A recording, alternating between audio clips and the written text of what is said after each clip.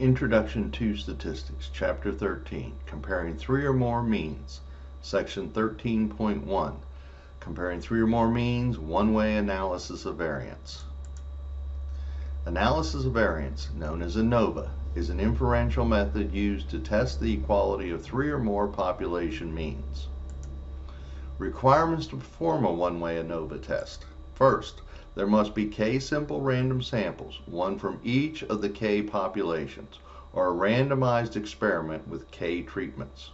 Second, the k samples must be independent of each other. That is, the subjects in one group cannot be related in any way to subjects in a second group. The populations must be normally distributed. The populations must have the same variance. That is, each treatment group has population variance sigma squared. Verifying the requirements of equal population variances. The one-way ANOVA procedures may be used if the largest sample standard deviation is no more than twice the smallest sample standard deviation. Now, determining the null and alternate hypothesis for a one-way ANOVA test. The null and alternate hypothesis are basically the same for every test. The null hypothesis, you assume all the means are equal to each other. The alternate hypothesis, you try to show at least one population mean is different from the others. Okay, this is a very short section, and we're just going to get into using StatCrunch to run the one-way ANOVA and how to analyze it.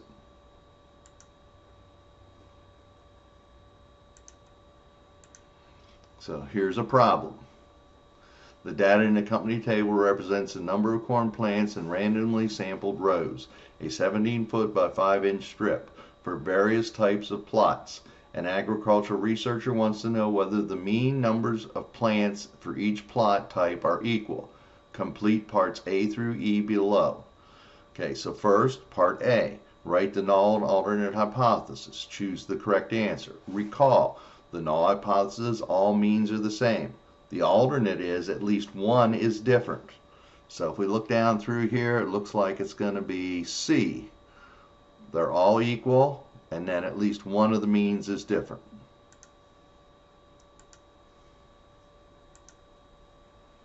Now, second, state the requirements that must be satisfied. Let's go back to those four requirements. Let's read A here. The populations must have the same variance. That's true. The k samples must be independent of each other. That's true. There must be k simple random samples, one from each of k populations. That's true. The populations must have the same mean. That's false.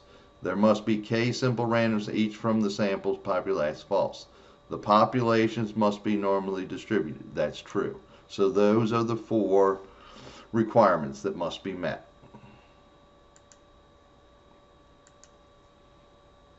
Now, they already ran the test for you, the ANOVA test, and these were the results. But I'm going to go through and actually show you how they got these results. So if we click on the icon to view the data, here would be the data. We open the data in StatCrunch. Now, in StatCrunch, you would click on Stat, go down to ANOVA, one way, click. And we want to do it on all three columns. So we click, hold the control key down, click, click, and then we compute. And let me move this out, shrink this down, move this to the left, and put this on the right. And get rid of this table. All right, if you look at this ANOVA table here at the bottom, 215.17 for degrees of freedom. Degrees of freedom, 215.17. SS, 87.44, rounds off, 69, 156. The MS, we got this. The FStat, which is your test statistic, and then your p-value. Okay? They rounded it off. All right. So that's how they come up with their information. Now, this was at the alpha 0.05. P-value. This is your p-value. P is p-value. Okay, recall from all the other tests we've run, if the p-value is less than alpha we reject. If the p-value is greater than alpha, fail to reject. So the p-value is less than alpha, so we're going to reject. And what's it mean to reject? It means there is sufficient evidence. So we check, and we go on. Now, this is something a little different. They're going to show you box plots. Now, if you fail to reject, these box plots should all be lined up fairly equal with each other, overlapping. If we reject, that means one of the means is different. So one of these box plots should stick out away from the other box plots. So since we rejected, one box plot should stick out. So does this illustrate what we just showed? Yes, because this box plot sticks out. So it should be yes, because the box plots show that the means are not significantly different. Yes, because the box plots show that at least one of the means is significant difference. So that's what I mean by at least one sticking out there. At least one of the means is significantly different. And that's how you look at a box plot to determine it. Okay. Now, the next part, they want to talk about verify that the residuals are normally distributed. Okay. To do this, what we need to do is we need to use this table of critical values and this R value right here. Okay. Now, so to use this table of critical values, if I click on it, I need sample size. So if I go over here, N, my samples were all 6. Samples were all 6, so sample size is 6. So the critical value is 0.888. Now what we have to do is look at the R value, this R value. If this R value is greater than the critical value, then we can state that the plot is linear. Okay? If this R value is less than a critical value, the plot is not linear. So 0.988 is definitely larger than 0.888. So it is larger. So the plot is linear enough because R is greater than the critical value. So this is going to be D. This is how we use the plots. We use the critical value, this R value, to decide whether it's linear or not. Now we move on to the next question. Now in the next question, mathematics department has been experimenting with 4 different delivery methods for content in their algebra courses. One method is traditional lecture, method 1. The second is a hybrid format, and half the class time online and half face-to-face. Method 2. The third is online, method 3, and the fourth is a model from which students obtain their lectures and do their work in a lab with an instructor available for assistance. That's method 4. To assess the effectiveness of the 4 methods, students in each approach are given a final exam with the results shown in the accompanying table. Do the data suggest that any method has a different mean score from the others? Complete parts A through H. So A, what is the response variable? What are we studying? Well, we are studying the final exam scores. Are the final exam scores qualitative or quantitative? Well, qualitative means a quality, quantitative means a quantity. Well, it's quantitative. We're looking at the scores. Next, what is the factor that in this study? How many levels does it have? Well, the factor is we're looking at how we deliver. So the delivery mechanism is what we're looking at. And it has what? There were 4 different types of deliveries, so 4. Now, write the null and alternate hypothesis. Remember, in this type of test, the null is all means are the same. The alternate is at least one mean is different. So, let's see. A, the null shown they're all equal. The alternate, at least one of the means is different. So we can stop right at A, because that's it.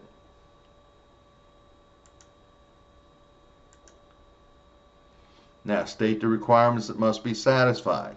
Okay, so let's read these. The populations must be normally distributed and have the same variance. Well, that's true. They have to be normally distributed and they have to have the same variance. So that knocked off 2 of the requirements. There must be k simple random samples, each from the sample population. That's false. The populations must be normally have the same mean. That's false. There must be k simple random samples, one from each k populations. That's true. And the k samples must be independent of each other. That's true. So in this case, there are 4 requirements met, but A satisfied 2 of the requirements, normally distributed and have same variance.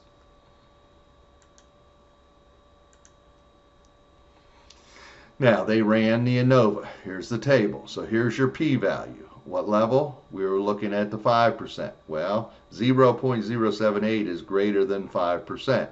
So that means do not reject, which means there is insufficient evidence.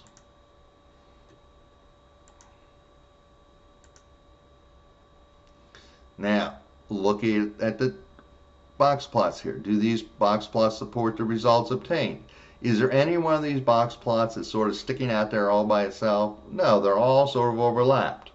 So yes, they do show. And it's yes because the box plots do not show that at least one of the means is significantly different.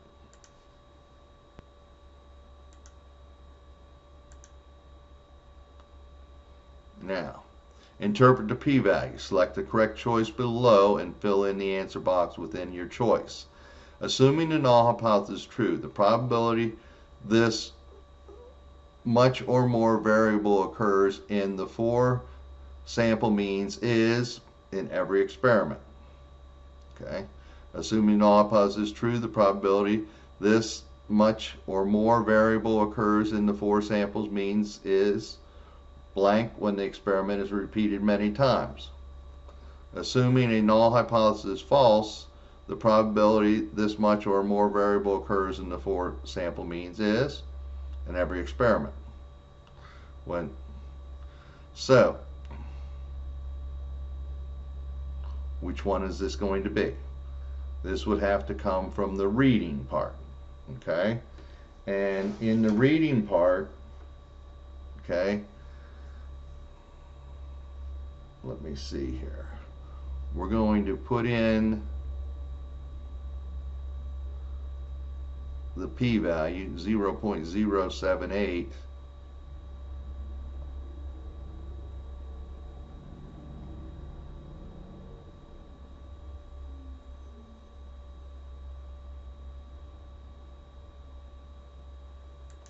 and I'm going to assume, let's see, this is something new, never had this type of question before, so we're going to see.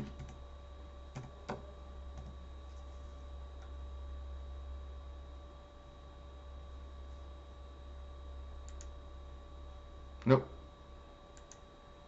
So let me try up here. This is going to be one of those problems that I've never run across this type of question in a problem, and I didn't look at it ahead of time, so it's my fault. So let's just do this one. Okay. So it's assuming the null hypothesis is true, the probability this much or more variable occurs in the 4 sample means is when the experiment is repeated many times. Okay, so just keep that in mind. Basically, the number you're filling in is going to be the p-value, and if you read in the problem, it would somewhere in there say in the book, okay, about this. So keep that in mind. So it's probably going to be the same. That's not a question I would normally ask, but they did. Verify the results are normally distributed. So again, if we look over here, if I look at the plot, it doesn't look like there's any outliers. They look to follow a linear, so that's okay.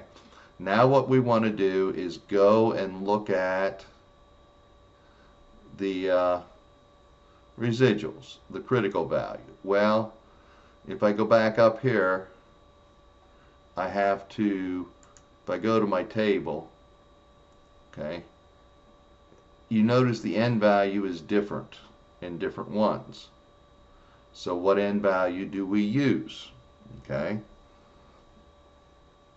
Do we use the largest n value, smallest n value, or what? Well, let's go to the data. Let's run the test once.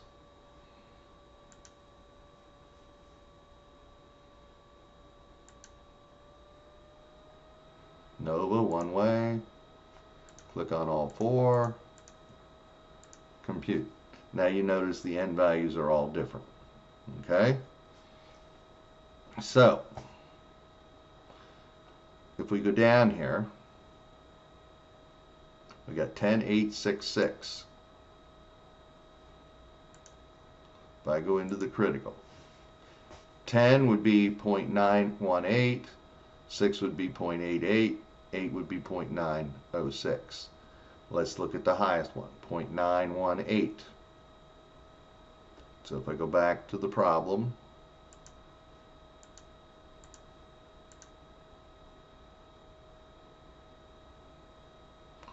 you know, R is definitely higher than the 0.918, which was the largest. So this is, the plot is linear enough, and we want to use the largest. The plot is linear enough because R is greater than the critical value. So that would be D. Next question. All right, a stock analyst wondered whether the mean rate of return of financial, energy, and utility stocks differed over the past 5 years. He obtained a simple random sample of 8 companies from each of the 3 sectors and obtained the 5-year rates of return shown in the accompanying table. So if we look at the accompanying table, we're talking financial, energy, utilities. Okay.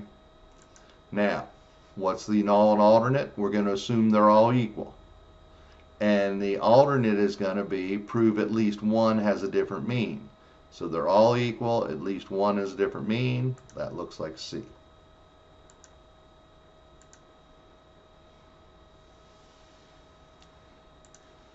Okay, now, normal probability plots indicate that the sample data come from normal populations. Are the requirements to use the one-way ANOVA procedure satisfied? Remember the 4 things we need. So let's look at yes, because there are K equal 3 simple random samples, one from each of the K populations. So that's one category.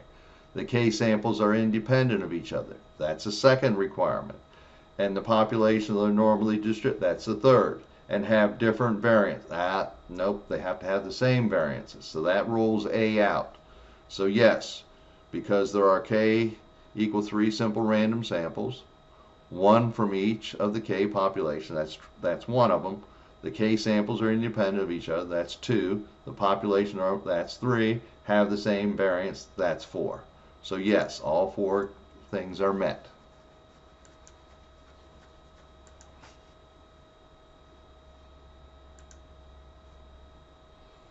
Now, are the mean rates of return different at the 5% levels and different? Use technology. So we need the test statistic.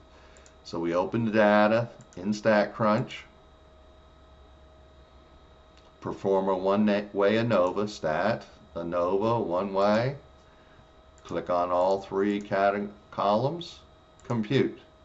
So the F-stat is 2.01, and it says 2 decimal places, so it's 2.02 when we round. So this is 2.02.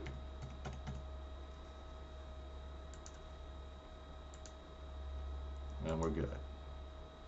Now, determine the p-value and state the appropriate conclusion. Well, if I go back, the p-value was 0.1578.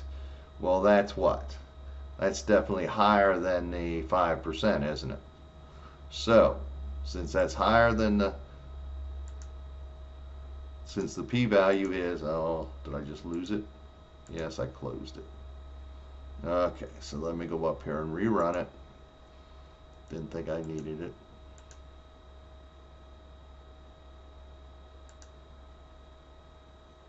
ANOVA one way. Click on them all.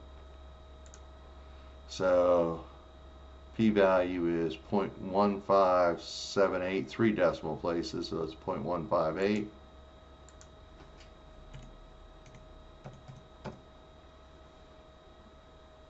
There is not enough evidence. Thus, we cannot conclude that the mean rates of return are different.